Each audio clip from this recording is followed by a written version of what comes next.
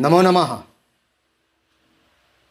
ધોરણ 12 સામાન્ય પ્રવાહ અને વિજ્ઞાન પ્રવાહના સંસ્કૃત વિષય રાખનારા તમામ વિદ્યાર્થીઓનું આ ચેનલમાં હાર્દિક સ્વાગત કરું છું, આવકારું છું.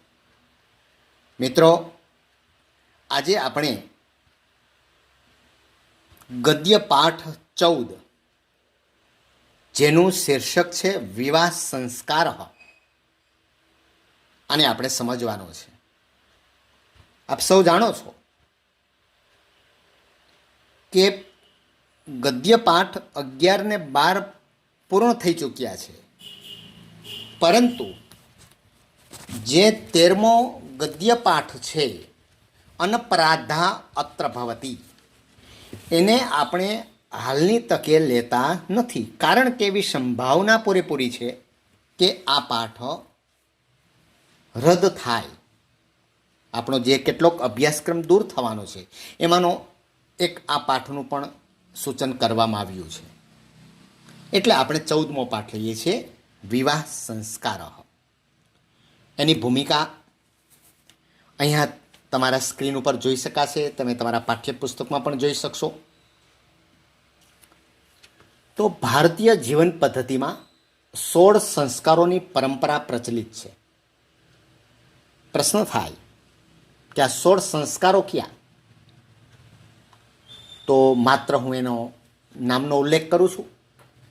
ગર્ભાધાન સંસ્કાર, પુંસવન સંસ્કાર, સીમંતોનયન સંસ્કાર, જાતકર્મ સંસ્કાર, નામકરણ સંસ્કાર, નિષ્ક્રમણ સંસ્કાર, અન્નપ્રાશન સંસ્કાર, ચૂડાકરણ સંસ્કાર, કર્ણવેદ સંસ્કાર, વિદ્યારંભ સંસ્કાર, ઉપનયન સંસ્કાર, વેદારંભ સંસ્કાર, કેશકર્તન એટલે કે ચૌલ સંસ્કાર, સમાવર્તન સંસ્કાર, અને જે પાઠ આપણે લેવાનો છે તે વિવાહ સંસ્કાર, અને અંતિમ જે સંસ્કાર છે તે અંત્યેષ્ટિ સંસ્કાર. આ 16 સંસ્કારો છે. પ્રત્યેક માણસ જન્મની સાથે કેટલાક ગુણો લઈને આવે છે, વળી એની સાથે સાથે બીજા આવશ્યક અનેક ગુણોનું માણસમાં સ્થાપન થવું જોઈએ, તો જ એ માણસ તરીકે એનું જીવન સાર્થક માનવામાં આવે છે. આ 16 સંસ્કારોનું પ્રચલન બધા જ સમાજમાં સાર્વજનિક રીતે સ્વીકારવામાં નથી આવ્યું.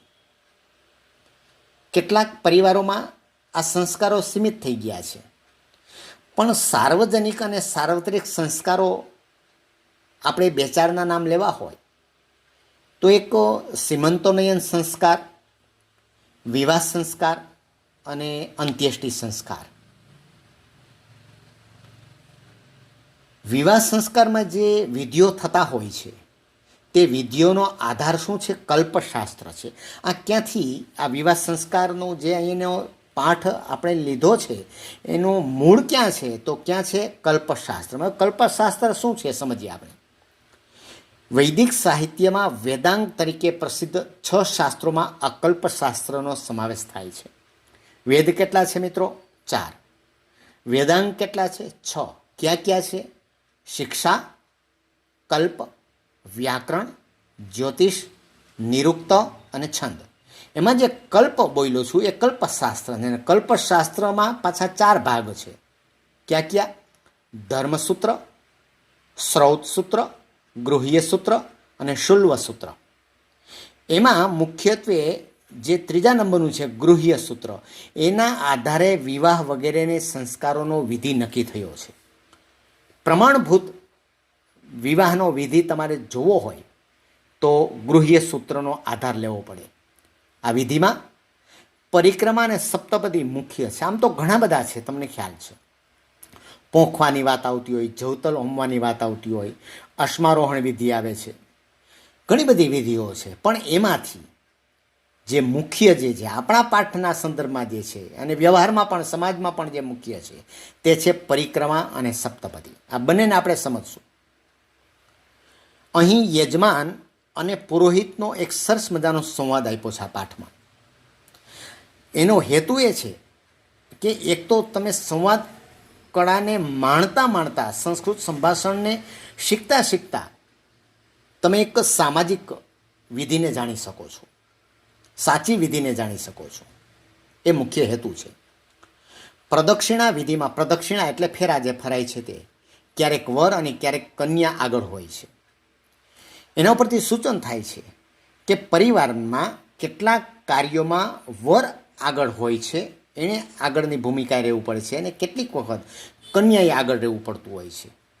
જ્યારે સપ્તપદીનો એક વિધિ એવો છે કે જેમાં વર અને કન્યાએ બંને સાથે ચાલવાનું છે અને બંનેની દિશા અને ગતિ પણ એક સરખી રાખવાની છે. આમ આ બંને વિધિઓ ગૃહસ્થીના પરિપાલનમાં મહત્ત્વનો બોધ આપે છે, એ આપણે સમજીએ. હવે આપણે સીધું જ આપણે લઈએ છીએ આ પાઠ. તમારા સ્ક્રીન ઉપર તમે જુઓ, યજમાન અને પુરોહિત બંનેનો સંવાદ છે.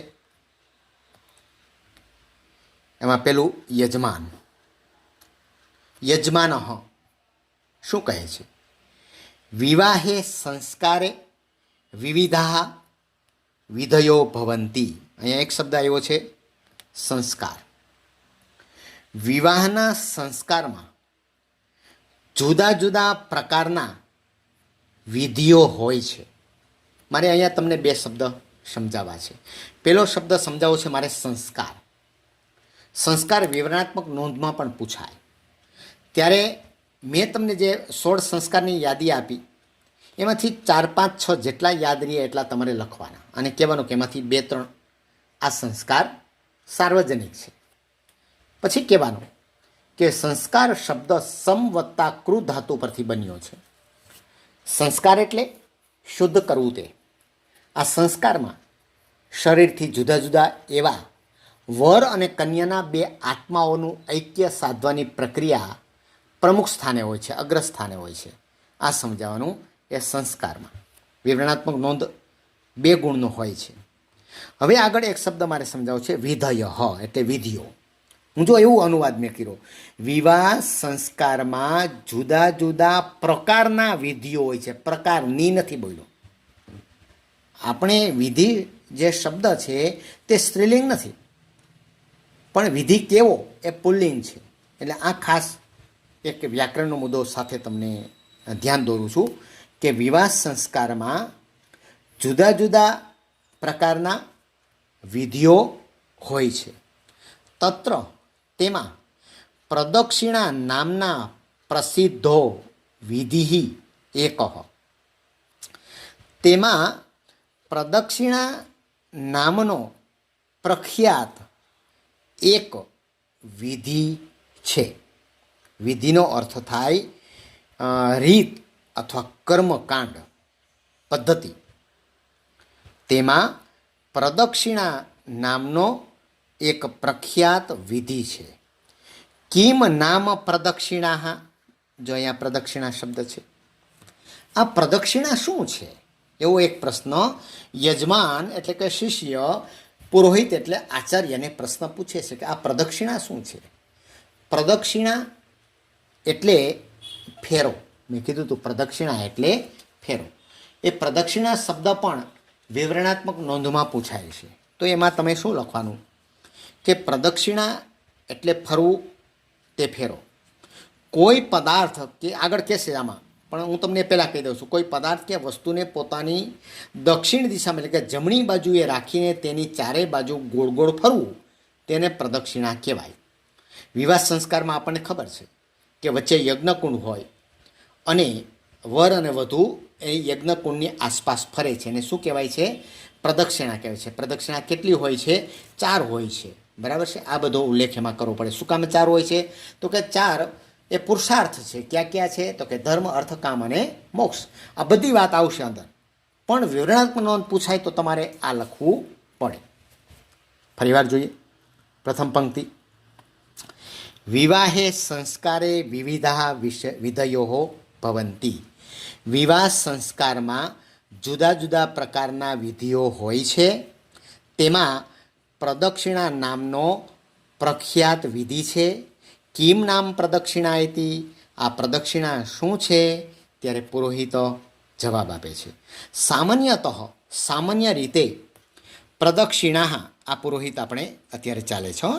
સામાન્ય રીતે પ્રદક્ષિણા શબ્દ કમપી પદાર્થ, કોઈ પણ પદાર્થની આસપાસ, પરિતઃ એટલે આસપાસ, ભ્રમણમ સૂચયતી, ફરવાનું સૂચવે છે. ભ્રમણમ એટલે ફરવાનું સૂચવે છે. પરંતુ વિવાહ સંસ્કાર આદૌ, વિવાહ સંસ્કાર વગેરેમાં પ્રદક્ષિણા શબ્દથી એકા વિશિષ્ટા ક્રિયા, એક વિશિષ્ટ ક્રિયા સ્મૃતિ પથમ આયાતી, સ્મૃતિ પથમ આયાતી એટલે કે સ્મરણમાં આવે છે, સ્મરણમાં આવે છે.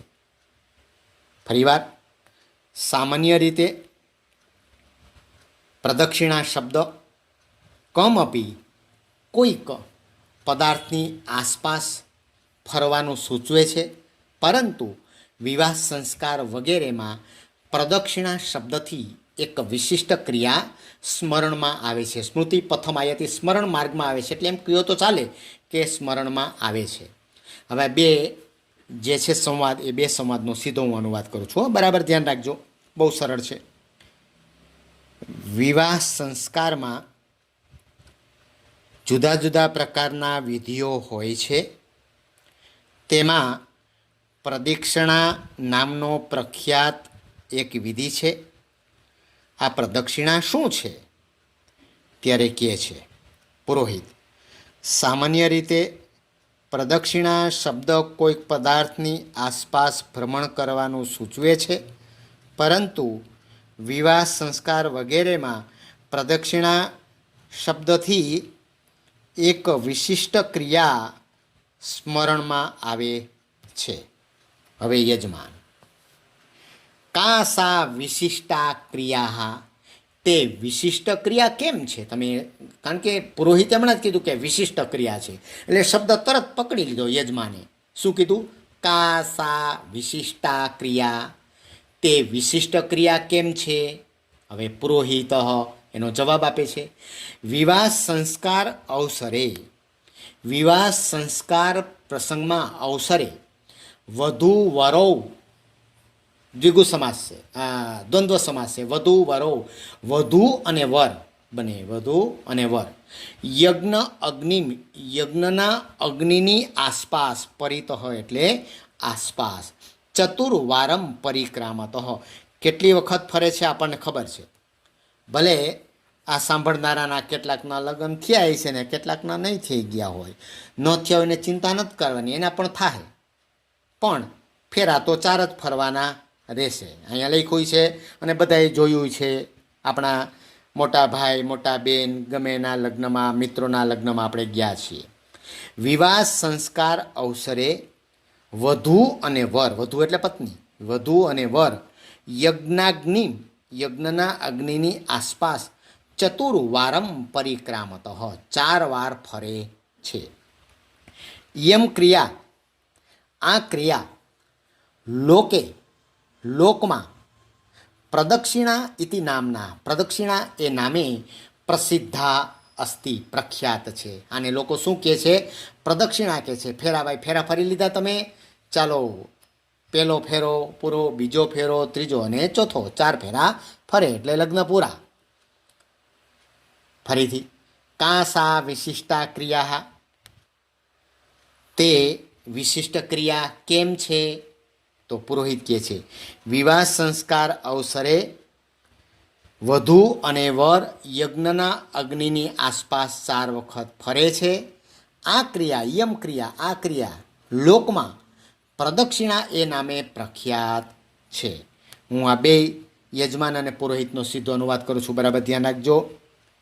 તે વિશિષ્ટ ક્રિયા કેમ છે? તો પુરોહિત કહે છે, વિવાહ સંસ્કાર અવસરે વધુ અને વર યજ્ઞના અગ્નિની આસપાસ 4 વખત ફરે છે. આ ક્રિયા લોકમાં પ્રદક્ષિણા એ નામે પ્રસિદ્ધ છે. હવે યજમાન, ત્યાર પછી યજમાન સમજાવે છે આ યજમાન પ્રશ્ન પૂછે છે ફરી પાછો. પ્રદક્ષિણા અવસરે, પ્રદક્ષિણા સમયે વધુ વરૌ સહૈવ ચલત અથવા અનુક્રમેણ ચલત, વધુવર સાથે જ ચાલે છે કે આગળ પાછળ ચાલે છે. અનુક્રમેણ એટલે આગળ પાછળ ચાલે છે. મારી દૃષ્ટિએ અહીંયા એક પ્રશ્ન ચિહ્ન હોવું જોઈએ, કારણ કે અહીંયા પ્રશ્ન પૂછ્યો છે. બરાબર છે. હવે બીજો પ્રશ્ન મેં હમણાં કીધું તો તમને પણ થતો હોય કે આ યજમાન કેવો છે ને ક્યાંય જોયું નહીં હોય, ક્યાંય સાથે ચાલવાનું તો આપણે જોયું નથી. આગળ પાછળ કોણ આગળ રહીએ કોણ પાછળ રહીએ એમાં કેટલાક મતભેદો છે એ આપણે હમણાં વિચારશું. પણ આવો તો પ્રશ્ન છતાંય એણે કર્યો છે અને પુરોહિતની એ બને છે કે મારે એનો જવાબ આપવો. યજમાન પ્રદક્ષિણા અવસરે વધુ અને વર સહૈવ ચલત, સાથે જ ચાલે છે અથવા કે અનુક્રમેણ ચલત, આગળ પાછળ ચાલે છે. ત્યારે પુરોહિત કહે છે, શું કહે છે? પ્રાય, જો પ્રાય શબ્દ મૂકવો પડ્યો છે કારણ કે આ નક્કી નથી, ક્યાંક જુદું જુદું જોવા મળશે. મોટા ભાગે તીસરુસુ પ્રદક્ષિણાસુ, 3 પ્રદક્ષિણામાં પ્રથમ કોણ ચાલે છે? કન્યા. તદનુ, ત્યાર પછી કોણ ચાલે છે? વર. તેની પાછળ કોણ ચાલે છે? વર. તતઃ, પછી અંતિમાયામ પ્રદક્ષિણા, અંતિમ પ્રદક્ષિણામાં કોણ ચાલે છે? વર પ્રથમ ચાલે છે અને તદનુ કન્યા, એની પાછળ કન્યા ચાલે છે. જુઓ આ બે મેં વર્તુળ કર્યાને જુઓ. પ્રથમ 3 પ્રદક્ષિણામાં કોણ ચાલે છે? તો કે કન્યા. અને ચોથા ફેરામાં કોણ ચાલે છે? વર. ત્યાં બેઠા બેઠા તમે કહેશો એ સાહેબ કાંઈક આમાં ભૂલ લાગે છે, મુદ્રા રાક્ષસ લાગે છે. આમાં ખબર પડી મુદ્રા રાક્ષસ એટલે શું? મુદ્રા રાક્ષસ એટલે પ્રિન્ટિંગ મિસ્ટેક. પણ અહીંયા એવું કશું મુદ્રા રાક્ષસ જેવું છે નહીં. બહુ સમજપૂર્વક અહીંયા લખ્યું છે. અમે આનો આધાર અમે અહીંયા મૂકવામાં આવ્યો છે અને આધારના આધારે જ આ વાત અહીંયા લખી છે. એનો આધાર છે બૃહદ બ્રહ્મ નિત્ય કર્મ સમુચ્ચય નામનો ગ્રંથ છે. નોંધવું હોય તો નોંધી લેજો અને જોવું હોય તો જોઈ લેજો. બૃહદ બ્રહ્મ નિત્ય કર્મ સમુચ્ચય, આ ગ્રંથમાં જે પ્રમાણભૂત છે ગૃહ્ય સૂત્ર મુજબ એ અહીંયા અમે લખ્યું છે. ફરીથી પ્રાયઃ મોટાભાગે 3 પ્રદક્ષિણામાં કન્યા આગળ ચાલે છે ફેરામાં અને તેની પાછળ તદનુ એટલે તેની પાછળ વરહ ચલતી, વર ચાલે છે. તતઃ, પછી અંતિમાયામ પ્રદક્ષિણામ, છેલ્લા ફેરામાં વરહ પ્રથમમ ચલતી, વર પ્રથમ ચાલે છે, આગળ ચાલે છે. તદનુ કન્યા, તેની પાછળ કન્યા. આ બંનેનો અનુવાદ આપણે ફરીવાર કરીએ છીએ એક વખત. યજમાન પ્રદક્ષિણાના અવસરે વધુ અને વર સાથે જ ચાલે છે કે આગળ પાછળ ચાલે છે? પુરોહિત એનો જવાબ આપે છે મોટા ભાગે, પ્રાય એટલે મોટા ભાગે 3 ફેરામાં કન્યા આગળ ચાલે છે અને તેની પાછળ વર ચાલે છે. તતઃ, પછી અંતિમાયા પ્રદક્ષિણામ, છેલ્લા ફેરામાં વર આગળ ચાલે છે અને તેની પાછળ કન્યા, એટલું લેવાનું પણ આપણે કે પૂરું કરવાનું, કન્યા ચાલે છે. હવે આગળ યજમાન અનુક્રમેણ પ્રચલને કિમ પ્રયોજનમ. ઉણે કહી દીધું કે ભાઈ સાથે નથી ચાલતા, કેમ ચાલે છે? આગળ પાછળ. એટલે તરત પ્રશ્ન કર્યો કેમ ભાઈ આગળ પાછળ ચાલવાનું રાખ્યું છે? આપો જવાબ. યજમાને પણ ગજબનો છે, પણ પુરોહિત કાંઈ ઓછા ઉતરે એમ નથી. પૂરો અભ્યાસ કરેલો છે. એક એક પ્રશ્નનો જવાબ એને પૂરેપૂરું આમ ગળે ઉતરી જાય તેવી વાત એને કરશે. અને એની સાથે સાથે આપણને પણ તમારે સમજવાનું છે કે યજમાન તરીકે અત્યારે તમે બેઠા છો ને પુરોહિત તરીકે હું બેઠો છું. તમે આ બધા પ્રશ્નો પૂછો છો મને અને આ પુરોહિત તમને જવાબ આપી રહ્યા છે અત્યારે. અનુક્રમેણ પ્રચલને કિમ પ્રયોજનમ, આગળ પાછળ ચાલવાનું શું પ્રયોજન? હવે પુરોહિત બહુ વિસ્તારથી સમજાવે છે. એવમ હિ મન્યતે, એમ મનાય છે કે ગૃહસ્થાશ્રમસ્ય નાનાવિધાની કાર્યાણી સુશીલાયાः સૌજન્યશાલિન્યાः ધર્મપત્ન્યાः માર્ગદર્શને સંપન્નાની ભવંતી. થોડુંક મોટું છે પણ મારે પહેલાં તમને આ શબ્દ સમજાવવો છે. ગૃહસ્થાશ્રમ. ગૃહસ્થાશ્રમ એટલે શું? તો કે કુલ આશ્રમ કેટલા છે? 4 આશ્રમ છે. ક્યાં ક્યાં? તો કે વૈદિક સંસ્કૃતિમાં મનુષ્ય જીવનના 4 તબક્કા ગણ્યા છે અને એને 4 આશ્રમમાં વહેંચ્યા છે. કદાચ સમાજશાસ્ત્રમાં તમે ભણી ચૂક્યા છો અથવા ભણવાનું આવશે. 1 થી 25 વર્ષ સુધીનો આશ્રમ છે તે બ્રહ્મચર્ય આશ્રમ. 26 થી 50 વર્ષ સુધીનો છે તે ગૃહસ્થાશ્રમ, જેની આપણે ચર્ચા કરવાની છે. 51 થી 75 વર્ષ સુધીનો જે છે તે વાનપ્રસ્થાશ્રમ અને 76 થી 100 વર્ષ સુધીનો જે છે તે સંન્યસ્તાશ્રમ અથવા સંન્યાસાશ્રમ કહેવાય છે. આમાંથી ગૃહસ્થાશ્રમને સૌથી શ્રેષ્ઠ માનવામાં આવે છે, કારણ કે તેના આધારે જ અન્ય આશ્રમમાં રહેલાઓનું પાલન પોષણ થાય છે. આ ગૃહસ્થાશ્રમને માટે ધન્યતાનો ભાવ વ્યક્ત કરતા એટલે જ કહેવાયું છે કે ધન્ય ગૃહસ્થાશ્રમ. એટલે કે ગૃહસ્થાશ્રમ ધન્ય છે. આ ગૃહસ્થાશ્રમને મેં તમને સમજાવ્યું. હવે અનુવાદ કરીએ આપણે. એમ મનાય છે કે ગૃહસ્થાશ્રમમાં અનેક પ્રકારના વિધિઓ, કાર્યો, સુશીલાયાः એટલે સુશીલ, સૌજન્યશાલિન્યાः એટલે સૌજન્યશીલ, સુશીલ અને સૌજન્યશીલ કોણ? તો કે ધર્મપત્ન્યા માર્ગદર્શને, ધર્મપત્નીના માર્ગદર્શનમાં સંપન્નાની ભવંતી, સંપન્ન થતા હોય છે. કોનું માર્ગદર્શન આમાં ગૃહસ્થાશ્રમમાં મુખ્ય જોઈએ? પત્નીનું. યાદ રાખજો. હવે પત્ની કેવી છે? ધર્મપત્ની કઈ છે ને એ કેવી છે? એના 2 વિશેષણ આપ્યા છે. જો, એક સુશીલાયાः અને બીજું શું છે? સૌજન્યશાલિન્યાः. સુશીલાયાः એટલે સુશીલ એટલે સારા ચારિત્રવાળી, અને સૌજન્યશાલિન્યા એટલે સૌજન્યશીલ, સરળ સાલસ સ્વભાવવાળી. આવા 2 વિશેષણો એના આપ્યા છે. ફરીથી અનુવાદ કરીએ લીટી. એમ મનાય છે કે ગૃહસ્થાશ્રમના અનેક પ્રકારના વિધિઓ અને કાર્યો, કાર્યાણી અને કાર્યો સુશીલ અને સૌજન્યશીલ ધર્મપત્નીના માર્ગદર્શનમાં પૂર્ણ થતા હોય છે. સંપન્નાની ભવંતી એટલે પૂર્ણ થતા હોય છે. આથી એતાદૃશે ક્રમે તેષુ કાર્યેષુ કન્યાયાः નેતૃત્વં સ્યાત, વરશ્ચ તસ્યાः અનુકરણં કુર્યાત ઇતિ એવં કર્તવ્યમ એકમ સૂચિતમ ભવતિ. થોડીક પંક્તિ મોટી છે પણ એને આપણે ભાગ કરીશું. આથી એતાદૃશે આ પ્રકારના, તેષુ જે ક્રમે શબ્દ છે એનો કોઈ એવો અર્થ સરતો જરૂર નથી કાંઈ કરવાની. આથી એતાદૃશે આ પ્રકારના તેષુ કાર્યેષુ છે સપ્તમી વિભક્તિ. તેષુ કાર્યેષુ તે કાર્યોમાં કન્યાયાः નેતૃત્વં સ્યાત, કન્યાનું નેતૃત્વ હોવું જોઈએ.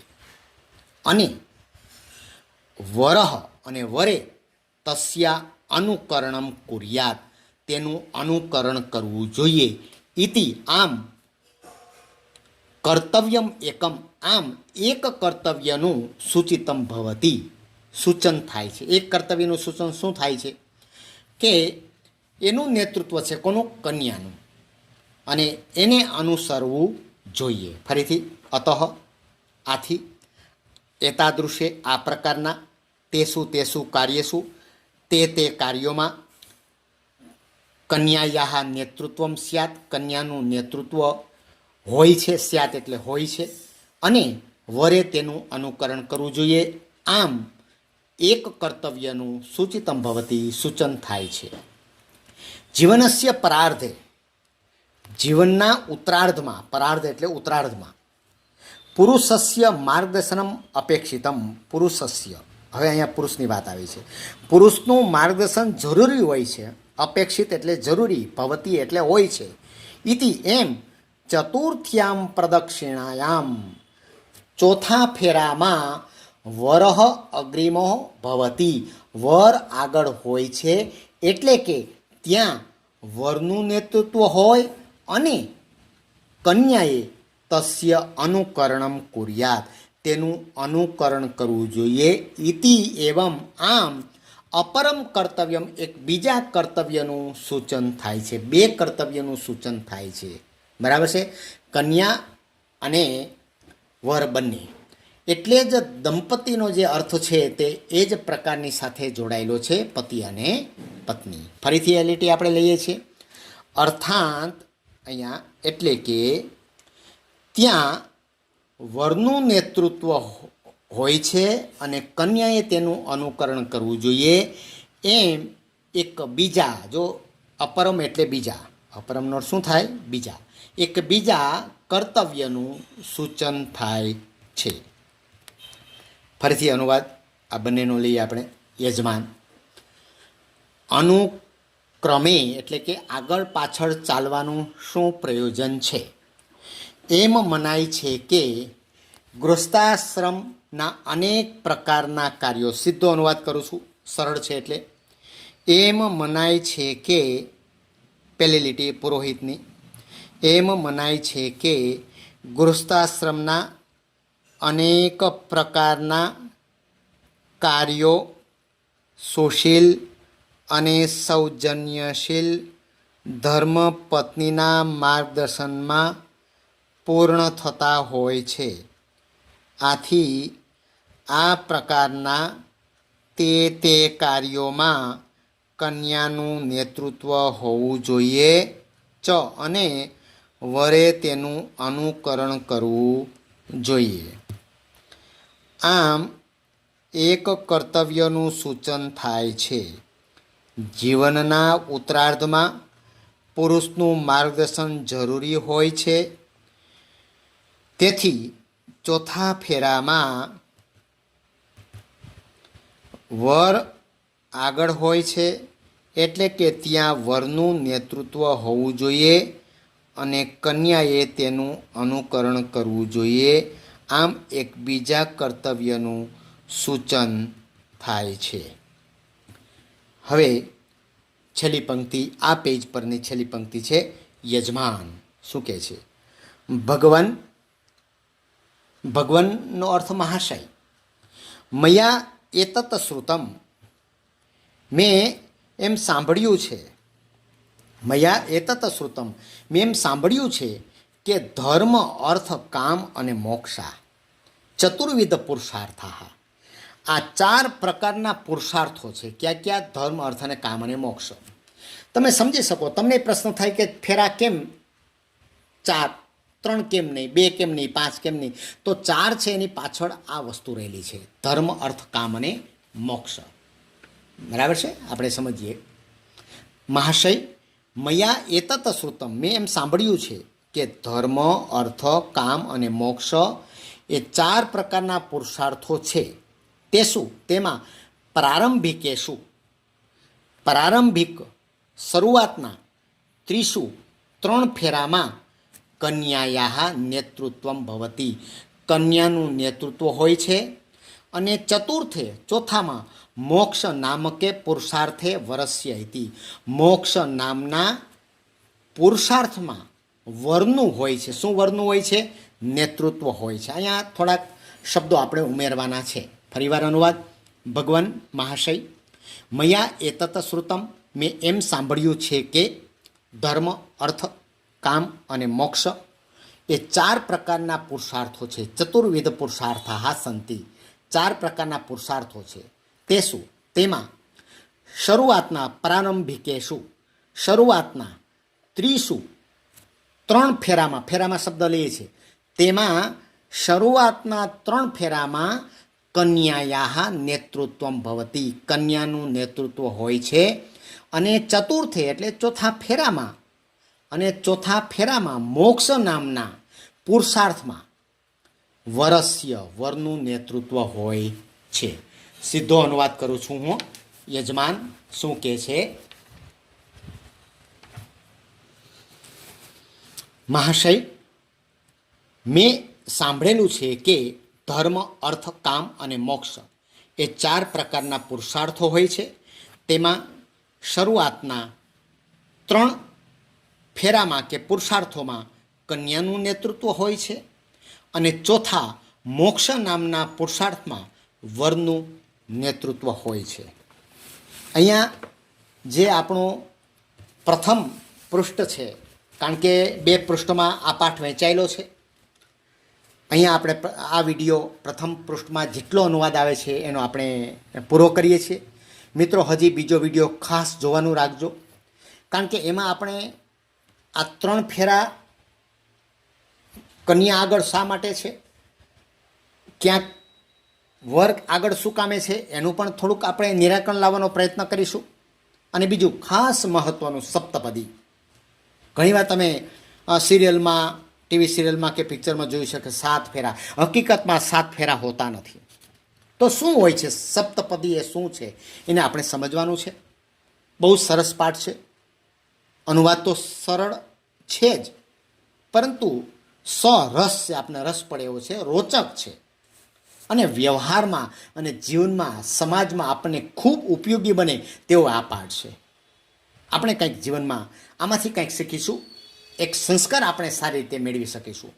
ફરી આપણે જે આપણો પાઠ છે વિવાહ સંસ્કાર વિડીયો, એનો ભાગ 2 બનાવીશું. ત્યારે ફરી મળીશું અને પાઠને આપણે ત્યારે પૂર્ણ કરીશું. ત્યાં સુધી આપ સૌને નમસ્કાર.